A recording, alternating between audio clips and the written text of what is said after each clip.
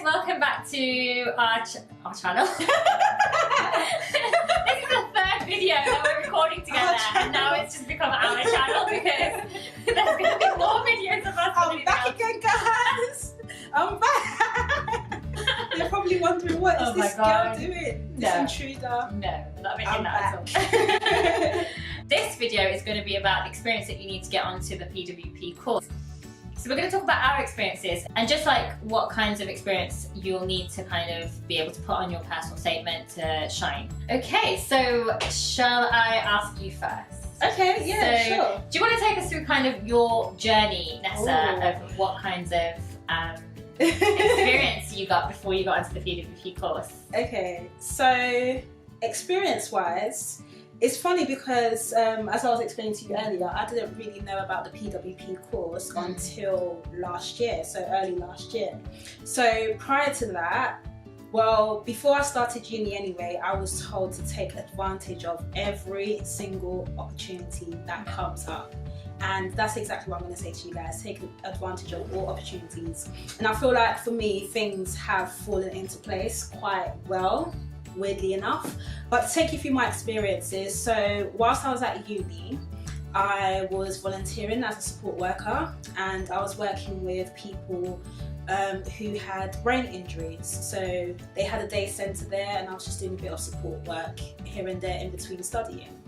And then whilst I was at uni as well, I had an opportunity to actually go abroad to do a bit of work. So the first place I went to was Brazil. Okay. Was that with a company or was it? Yeah, so it's with a company called PSYCH, so it's AISEC. Yeah, PSYCH. And they offer internships abroad. So I was lucky enough, they had a society at a university that was near me, so in Nottingham. I went to the University of Leicester, guys, by the way, just in case you're wondering, for my undergrad. And yeah, so I had that opportunity to go abroad to do that internship, and I was working in a NGO, so a non-government organisation, and this was also support work role.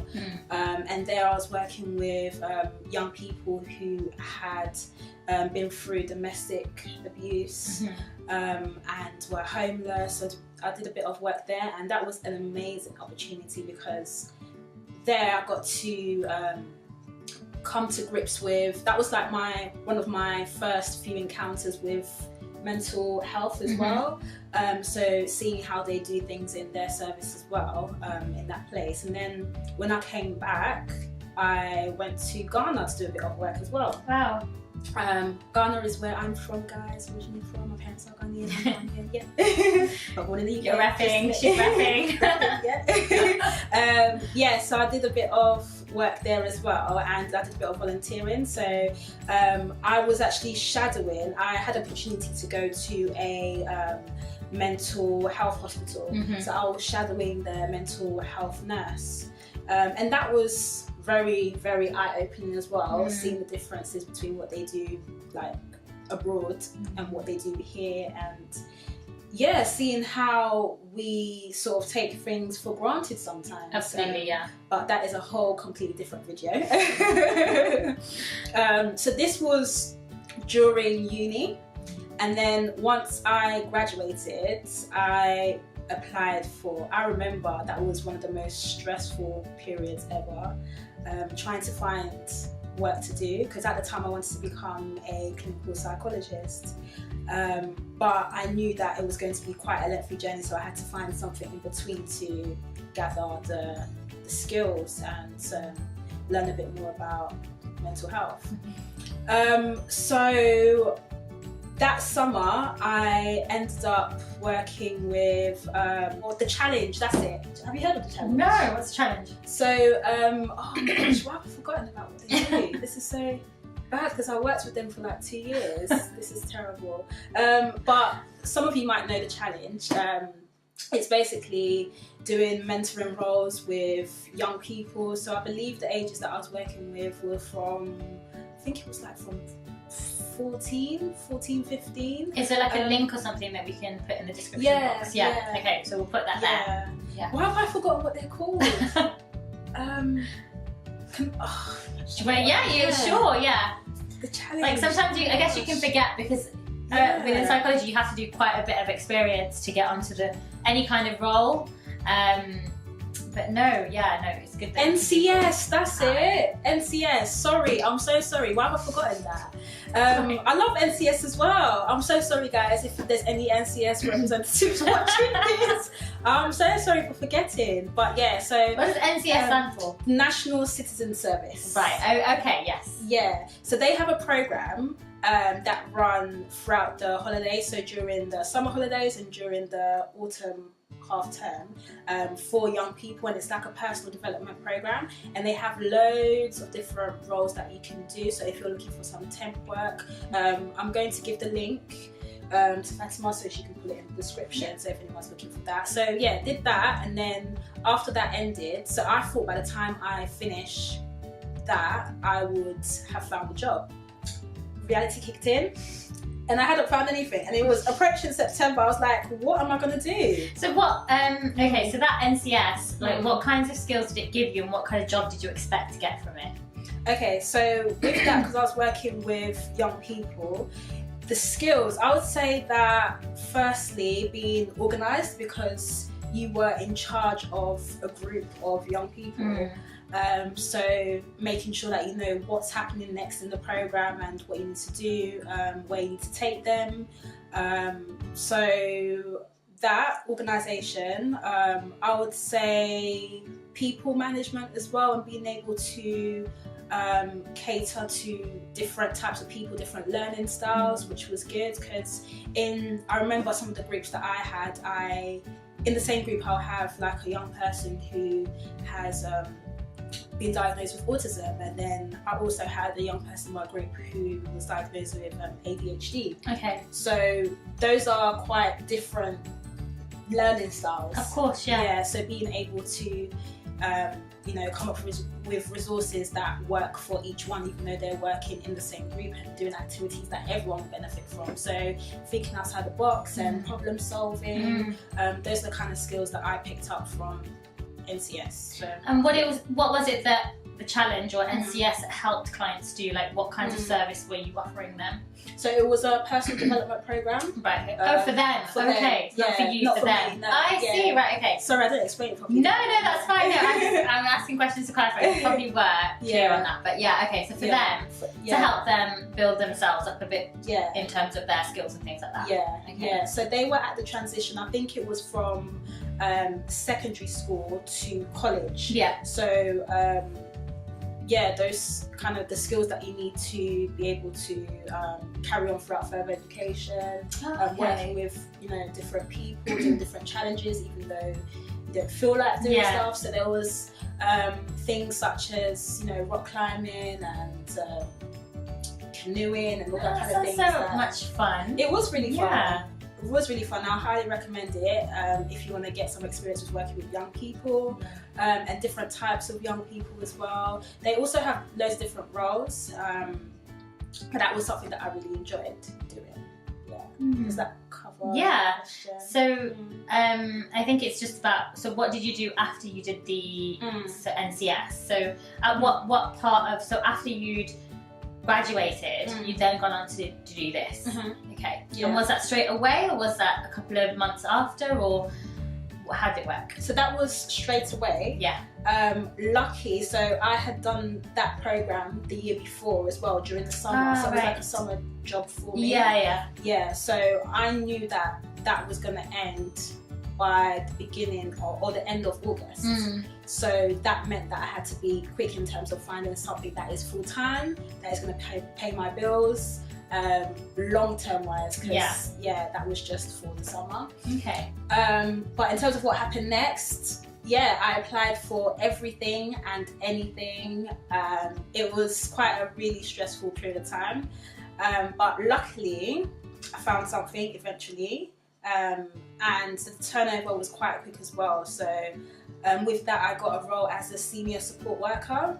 and that was working in a rehabilitation recovery home. So there I was working with clients who were diagnosed with schizophrenia, with associated mental health issues, so schizophrenia with OCD or schizophrenia, depression, that type of stuff. So I was there for a year, and everyone who has done support work knows how draining it can be. It takes a lot out of you, mentally and physically. And the hours, oh my gosh. I remember doing 8 to 8.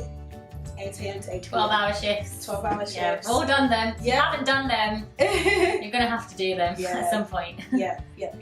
But that was a really, as challenging and demanding as it is, I think that was one of the best experiences I've had, in terms of just getting to know different types of people. Because sometimes, you can be stuck in your bubble, you're only surrounded by, a certain caliber of people, but working in that space, you get to know about the different mental health disorders as well. Being able to support people with some tasks which you might think comes easy to people, but for others it might not. So developing patience as well. I think one thing to just point out is that psychology professions can sometimes be seen as an elite profession, where you are a certain caliber of person or status before you can get there, and that's really not the case. Like, you need to be able to be personable and approachable to the people who are finding life the most difficult.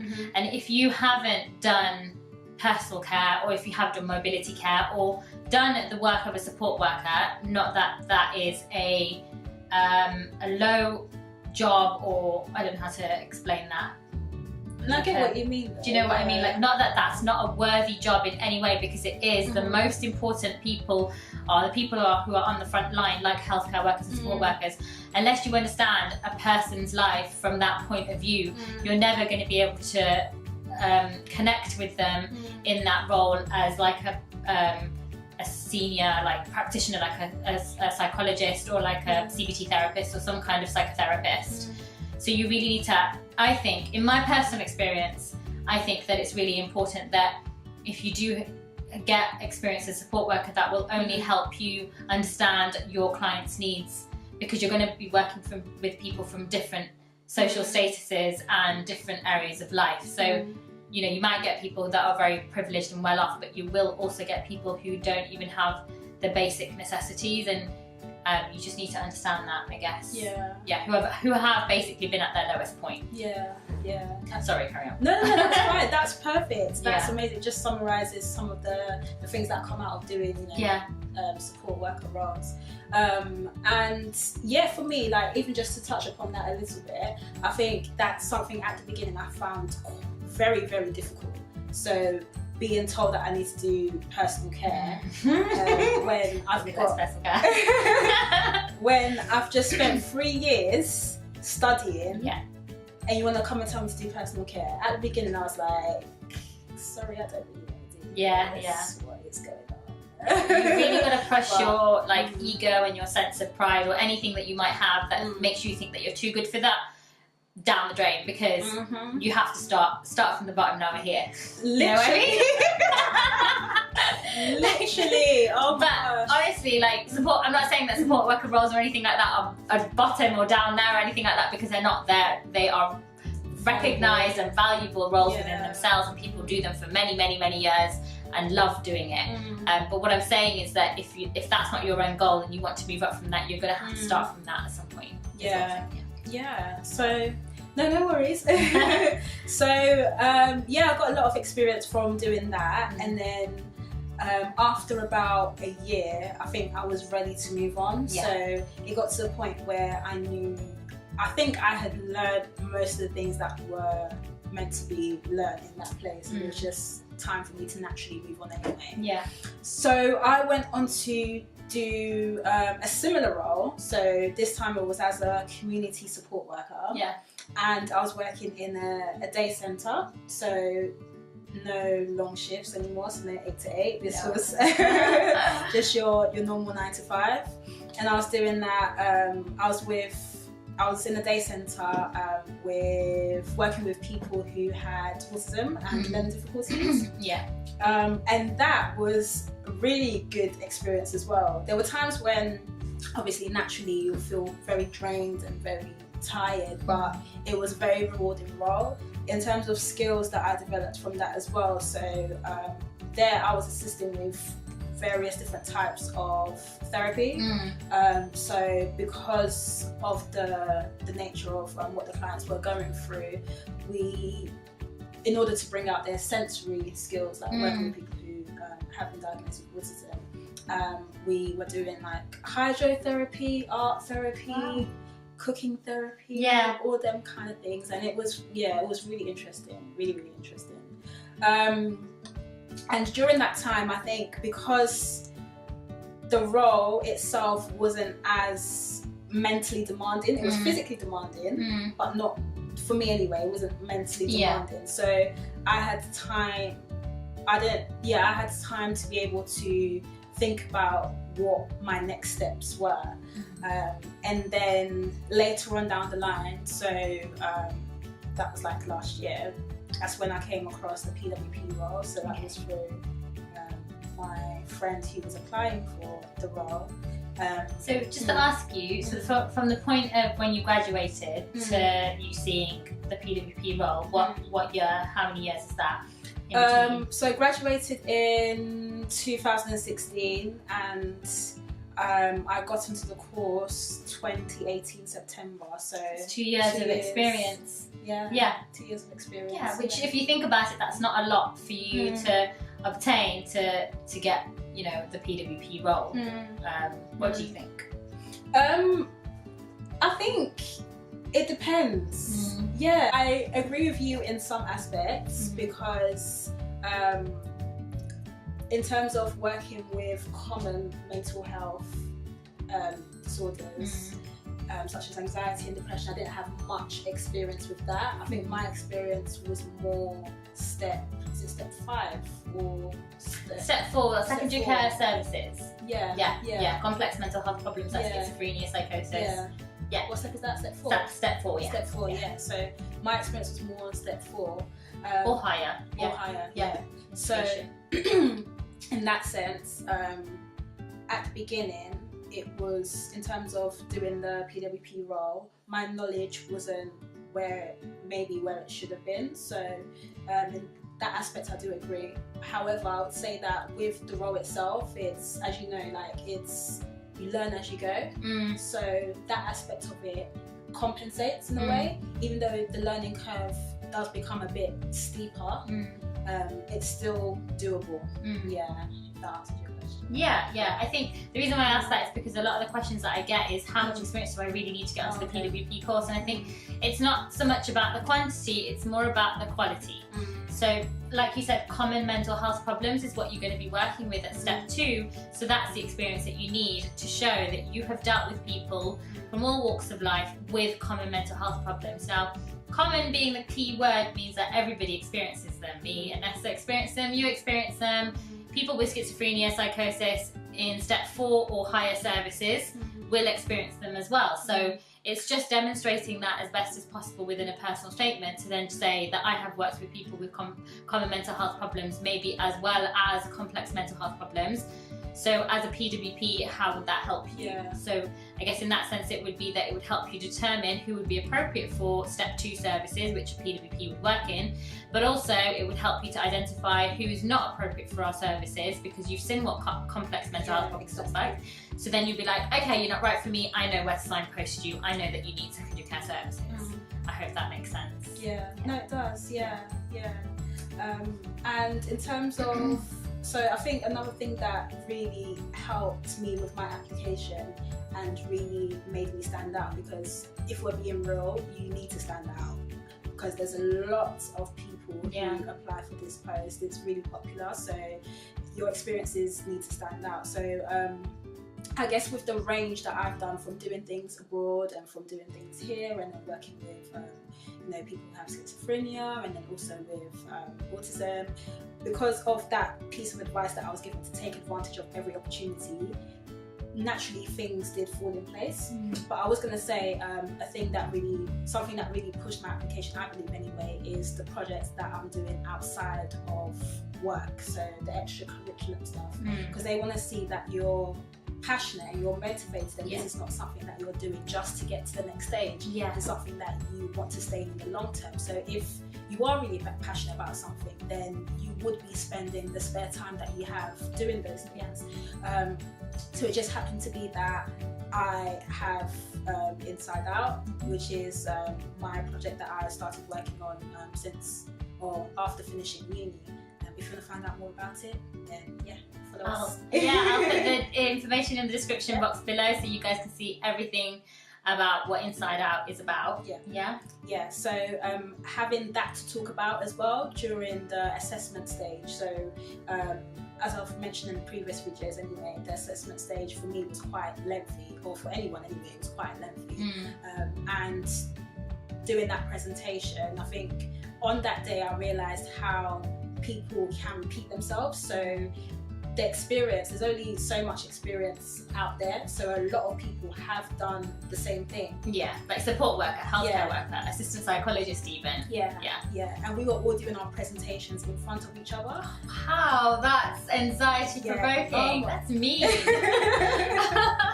So I was hearing the same thing over and over again, and it just so happened to be that I had those things in my presentation as well. So then, really last minute, I started talking about the project that I'm doing. Thinking outside of the box. Thinking outside the box, and after doing that, that's what I believe, puts you out there and puts you out one step ahead of the people who are applying for the place, really. And so that's my journey so far in the PWP world, or into the PWP world. Do you feel that that now that you're kind of in the role, that the things that you are learning and applying, that you feel that your experience has set you up for that? 110%. Like, I don't know, I keep on saying this, but for me, everything has fallen into place. I know it might not be the case for everyone, but those experiences that I have had have been valuable, and majority of those skills are transferable in terms of being able to talk to people, talk to patients, having that professionalism, being able to organise yourself. All of those things are transferable, and you can apply them in your PWP life, so it's really important. So that's your turn. Unless you have any questions. I'm trying to think about more questions that I can ask you.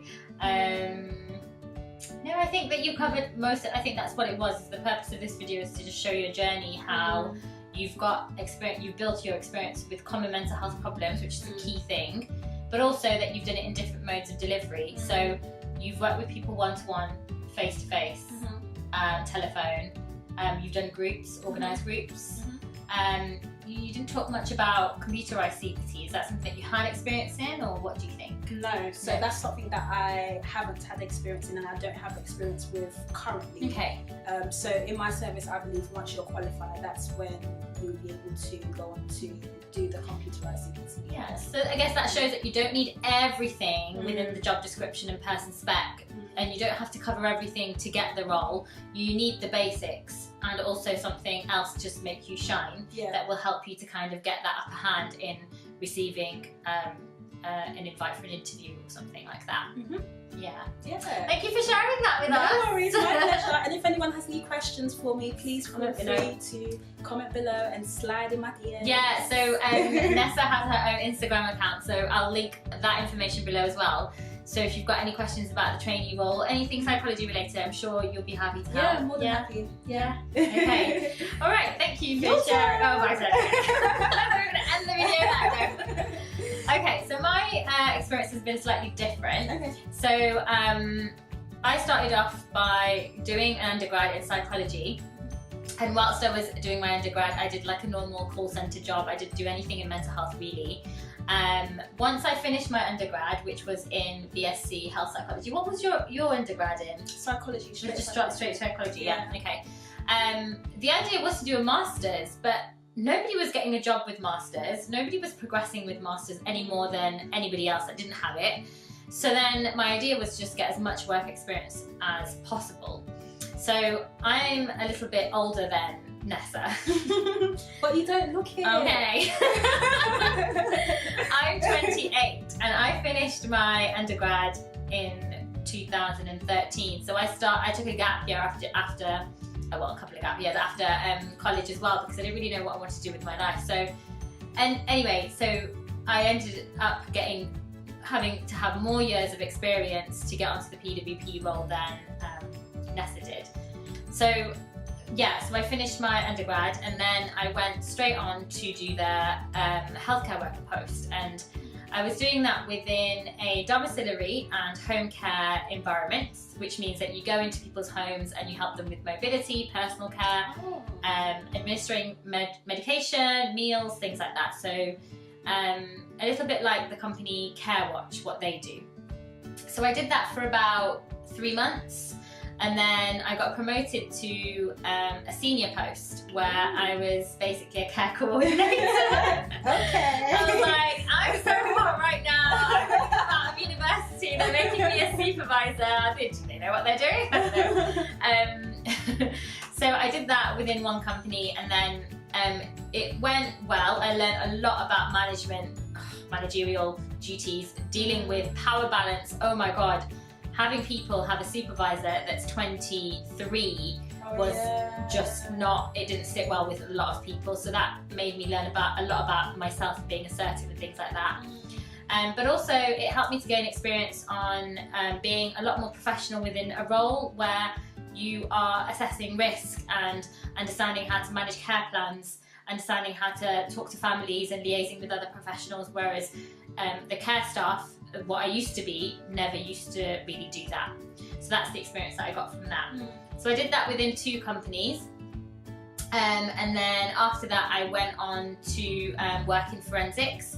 So yeah, so I didn't really want to stay in home care and residential care, because I knew that it wasn't really what I wanted to do. I wanted to work with more complex mental health problems rather than personal care or like home care, if that makes sense.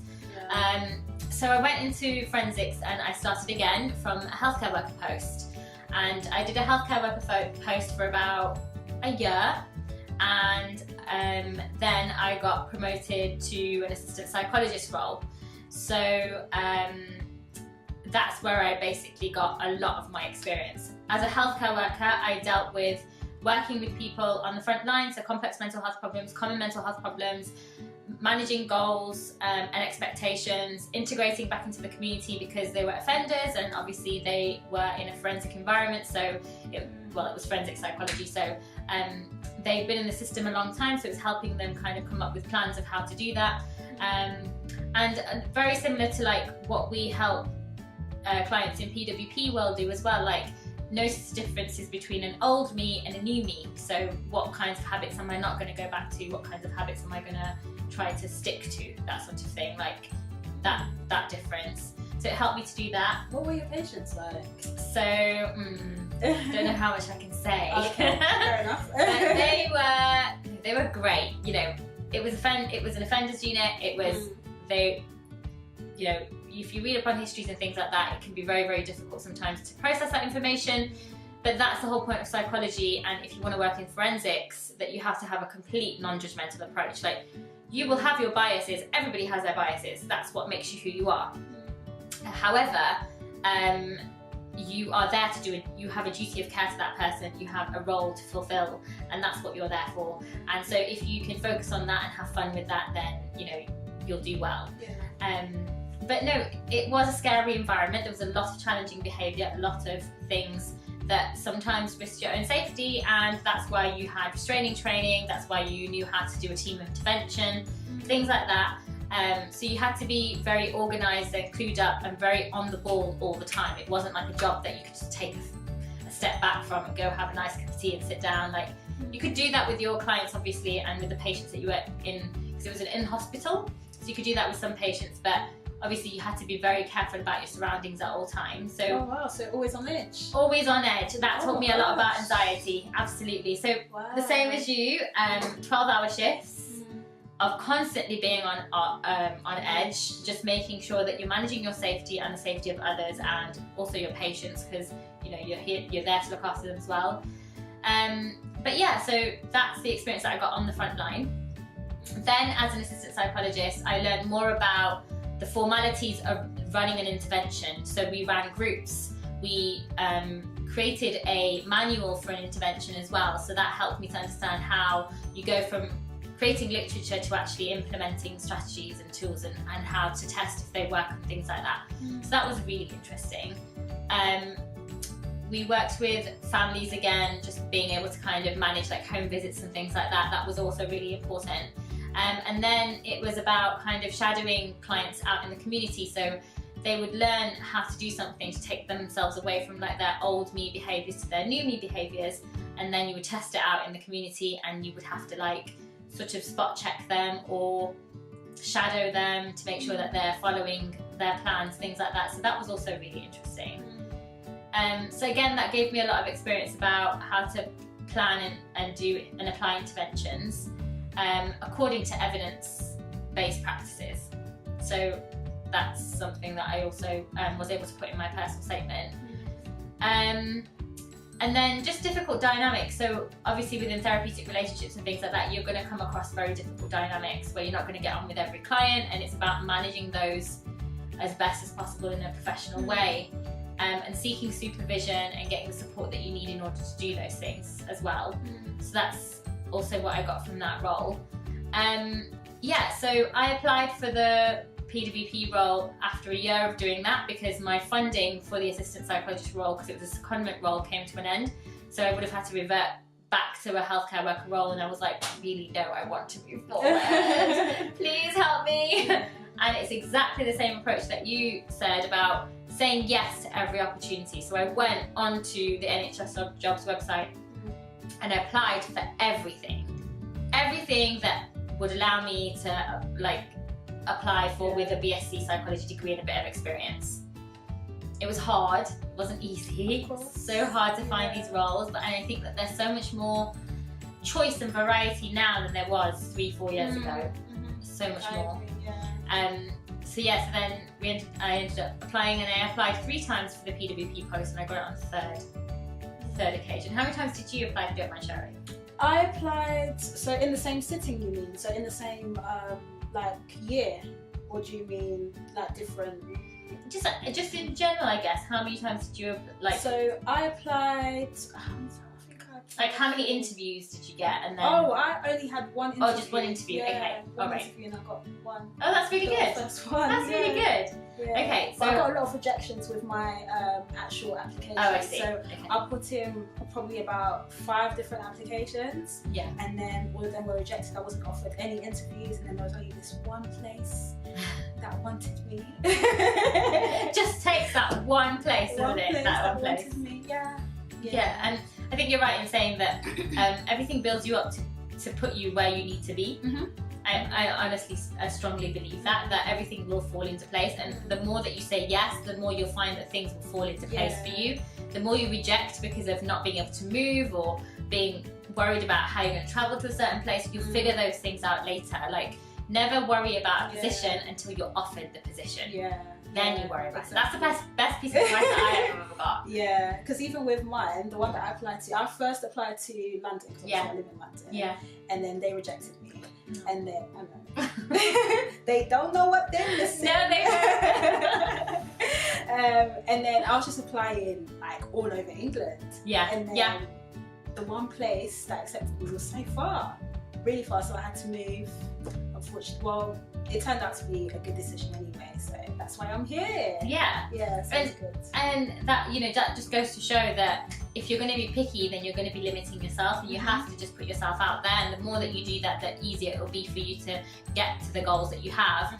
But it's understandable that if you've got children and commitments and things like that, then it's not always going to be possible. But you need to think about pros and cons. And the thing is, it's just a year. It's just a year, and after that year, you can go back to a service closer to home because it's not harder. It's harder to get onto the PWP training than it is to actually get a qualified PWP job, from my experience. So yeah, that's the advice that I would give.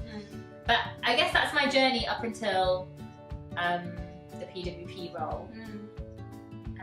Yeah, and it's definitely opened my eyes up to so many more opportunities that come after. Because you're thinking, right, well, what can I do now? It just automatically makes you, but there's nothing to say that you can just stay in the role and just be happy in it and just enjoy it. Yeah, definitely. If it's something that you're considering which you're a bit unsure about, speak to people like us to hear about our experiences, do a bit of research. If you do happen to get onto the course, give it a try. Stick it out for a year, then you'll be able to see whether it's for you or not. I don't know. Well, if you've not got a laptop, then you can't do it. You've got to have a desktop or a laptop or something to be able to do it. My battery's about to run out, so maybe we need to Okay. So do you want to say anything else? No, I think that's it. That covers it for now. I don't want to throw too much information at them. Yeah, okay. So I guess that's the kind of experience that you need to be able to get onto the PWP course. If you've got any specific questions about anything else that we haven't mentioned today, then don't hesitate to leave a comment below or check us out on our Instagram pages, which I'll also link below. Thank you as always for watching, and I hope you enjoyed the video. And yeah, don't forget to like, subscribe, share the PWP love. And hopefully we'll see you guys in the next video.